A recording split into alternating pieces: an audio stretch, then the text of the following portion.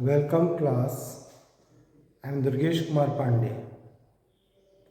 Class, today I am going to explain a chapter from India since independence. And the name of this chapter is The Challenges of Nation Building.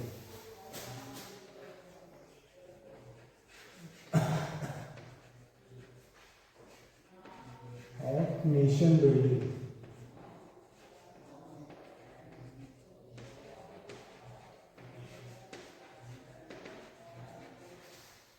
Class, India was got the independence on 15 August 1947. Class, independence come with the partition and now Britishers were ready to leave the country. On the occasion of 15 August 1947, our Prime Minister Pandit Jawaharlal Nehru was addressing the Constituent Assembly and also addressing the nation. He was giving his famous speech, Tryst with the Destiny. And now India was got the independence on 15 August 1947. This was the date when India was got the independence, but independence come with the partition. The British India was going into divided into two big territory, India and Pakistan. Class, in this chapter, we will going to discuss कि during the freedom struggle, our freedom fighters were hoping कि India after the independence should be ruled in a democratic manner and the social and economical welfare will ensure. So after the independence, India faced some challenges. So class, we are going to discuss about these challenges. What are the challenges after the independence? Like first challenges class, challenges of a nation building, to shape a nation.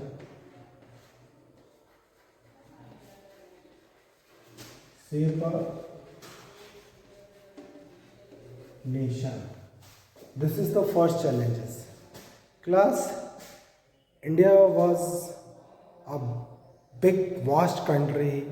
They have a multi-religion, multi-linguistic, multicultural and different type of the cultural groups are living here in a one nation. And it was going to be very difficult to convince all these diversity in a single nation class. Now second challenges is to establish democracy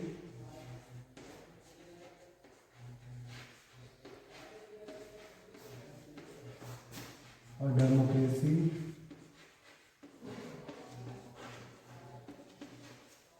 and the third challenge is to ensure the well-being of all.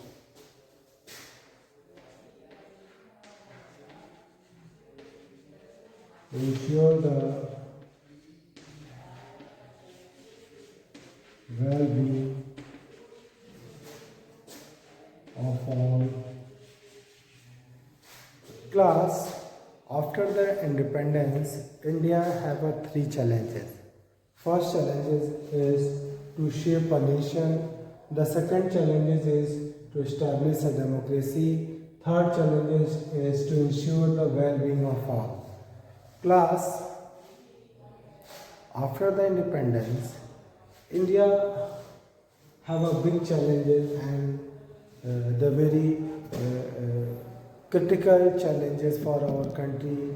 The main challenges for our country is to shaping a nation because India is a multicultural, multi-linguistic, multi-language are here. The peoples are different from each other and it was going to be very difficult to convince them in a single nation.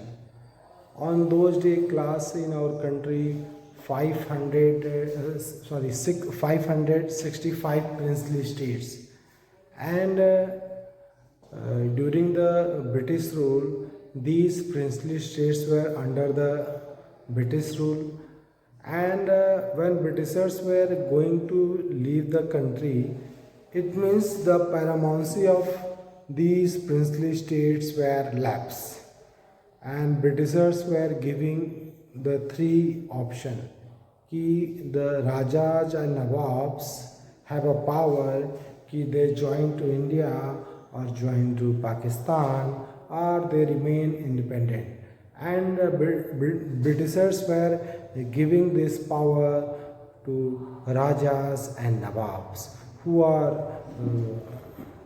previously under the British rule, and these Rajas and Nawabs were accepted the paramountcy of Britishers. But now Britishers were ready to leave the country, so this paramountcy was lapsed, and now this Raja and Nawabs were free, and they have option कि they join India, Pakistan or remain independent. So class, during the British rule there are two types of the territory. First type of territory is some provincial state which are direct control under the Britishers, and the second type is the princely state which are directly partially under the control of Britishers. They have some autonomy also to the Rajas and Nawab in the princely state, but these Rajas and Nawabs of princely state accepted the paramountcy of Britishers. Now Britishers were going and these paramountcy was lapsed. So it was a very difficult कि how these different Rajas and Nawabs and they belong to different communities, different regions, how we convince them to join India, because many rulers like Nizam of Hyderabad, ruler of Junagadh, and Raja Hari Singh of Jammu and Kashmir, and similarly the both Raja Bhoj Charan Singh of Manipur, they were ready to decided कि they created some problem with the India. They were not ready to easily to add in Indian territory. They created some problem, and some states like Nizam of Hyderabad and Raja Hari Singh of Jammu and Kashmir and ruler of Junagadh, they were decided to remain independent. So they create some difficulty for our country. But on that time, the task of integration of these princely states into India was taking the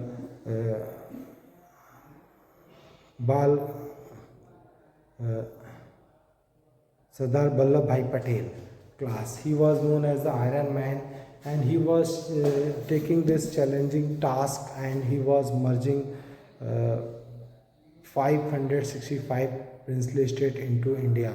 He was going to different princely rulers and Rajas, near the different princely rulers and Rajas, and trying to convince them. Sometime Sardar Vallabhbhai Patel using their diplomacy and सब थोड़ा सा समझा बुझा करके थोड़ा सा give the थोड़ा सा प्रॉफिट का लालच दे करके, थोड़ा ऑटोनोमेसी का लालच दे करके, कुछ को थोड़ा सा डरा करके, और सरदार वल्लभ भाई Patel was successfully convinced most of the princely state and Rajas in Indian territory. But some Rajas and Nawabs were creating problem, like Raja Hari Singh was not ready to join India and Pakistan. He wanted to remain independent because their Kashmiriyat culture was different. So he decided to remain independent. And similarly, Nizam was a vast territory, but it was bounded by Indian territory. So, but the Nizam was decided to remain independent, but it was technically not possible कि Nizam of Hyderabad remain independent. The third ruler is the ruler of Junagadh. He was decided कि he was going with the Pakistan, but in Junagadh most of the peoples are Hindus, so they want to join India. But the ruler of Junagadh was trying to going with the Pakistan because the ruler of Pakistan was giving some थोड़ा सा लालच दे रहे थे कि आपको इतने ऐशो आराम और से रहने दिया जाएगा, so you join the Pakistan. But Junagadh के जो मोस्ट ऑफ द पीपल थे वो हिंदूज थे, तो they want to join India. And ultimately the Indian government was sent the army, and under the control of army there was a plebiscite organized in the Junagadh, and the people of Junagadh was give their answer in the plebiscite कि they want to remain with India. So now Junagadh was merged with India. Similarly, the second problem is class Nizam of Hyderabad. The Nizam of Hyderabad was a Muslim ruler, and he not want to join India or Pakistan. So for 1 year, the still agreement was signed between India and the Nizam, and but the Nizam was not a secular leader. Their Razakars were exploited the Kisans and basically non-Muslim farmers because Nizam was against the ruling of Nizam. There was a great dissatisfaction in the Hyderabad. The Indian National Congress, Communist Party and others, the political organizations were not ready to voices of not ready to accept the claim of Nizam of Hyderabad. They want the people of Hyderabad wants to remain within India. So a movement was start against the Nizam in Hyderabad. And the Rajakar, the paramilitary forces of Nizam, was suppressing the movement of Hindus, non-Muslims, and the workers of Congress and Communist parties. The Nizam was suppressing their movement, and the Rajakars of Nizam was using violence against the non-Muslims. Ultimately, the Indian government was interfere here, and Indian army was sent. After the 2 or 3 days fight, Nizam was surrender against the Indian government, and now Hyderabad become the part of India. And now Hyderabad was divided into some part after cutting the some part of Hyderabad, giving some part to Maharashtra, some part to Madhya Pradesh, some part to Karnataka, some part to Gujarat. So now the merger of Manipur. Raja Bhoj Charan Singh was a very tremendous ruler. First of all, he was agreed to sign the agreement with the Sardar Vallabhbhai Patel. He was ready to join India on the condition of autonomy. And after this, Raja Bhoj Charan Singh was conducted the election in their state under the pressure of public, and elected legislative assembly was set up in the Manipur. It was the first legislative election in the Manipur, and in the Manipur Sarkar was trying to convince the Manipur people of Manipur ki come with India, and Indian government was trying to convince the Manipur ki come to India. Ultimately, the Indian National Congress, which was working in the Manipur, was ready for this, but other political parties were not ready.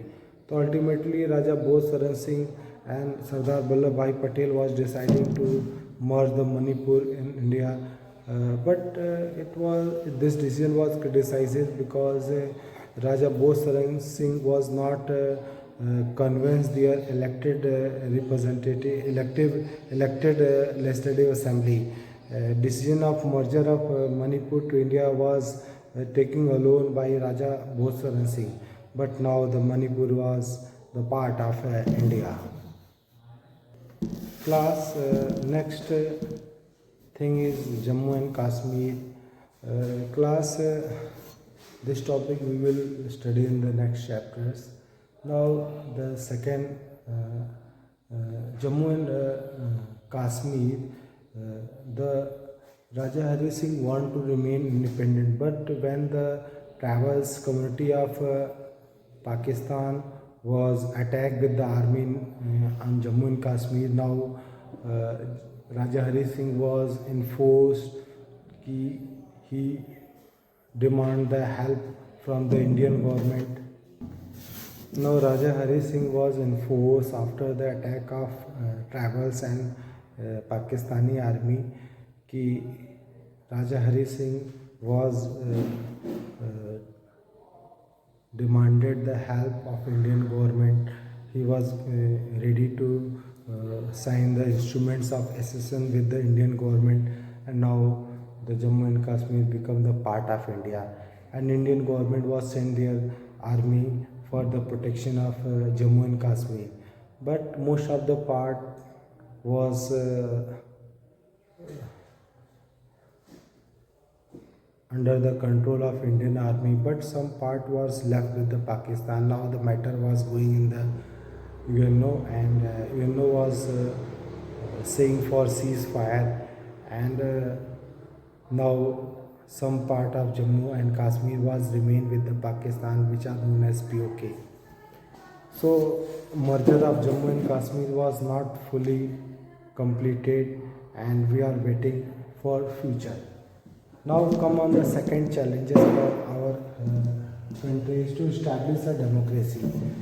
Class, in historically India was ruling by the Rajas and Nawab, and during the colonial rule we learn what is democracy and what is parliamentary form of government, what is universal right to vote. So during the freedom movement, the leaders was ensure about कि after the independent India will chosen the path of democracy, and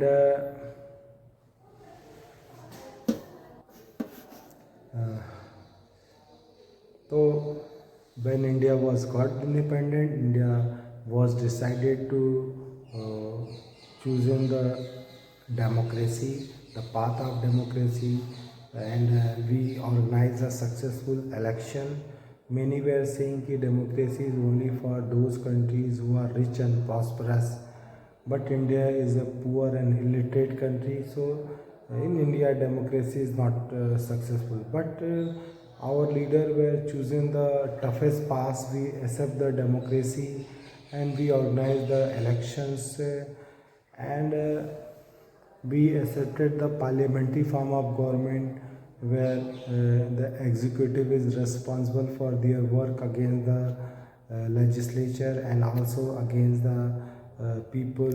The tenure of executive is uncertain because in the case of no confidence, executive cannot be run for long, and the member of executive is also the member of legislature. So we chosen the path of parliamentary form of democracy, and we adopted the universal adult franchisee. in which right to vote is available for everyone without any without discrimination among the man, woman, rich and poor. Okay, and we chosen the secularism as the path and the path of our principle of our Indian constitution. We chosen the path of secularism. All the religions are equally respected, and the class third challenges is to ensure the well-being of all.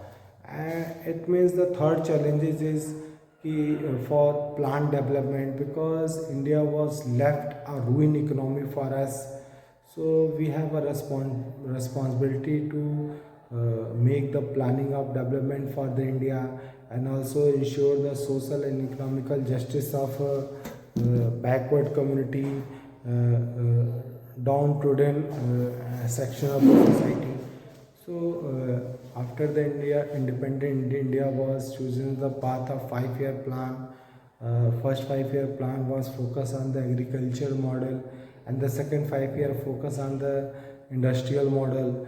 First 5-year plan was very slow, but second 5-year plan was very fast. In first 5-year plan, the government was established the dam like a Bhakra Nagar Dam and enhance the irrigation facility.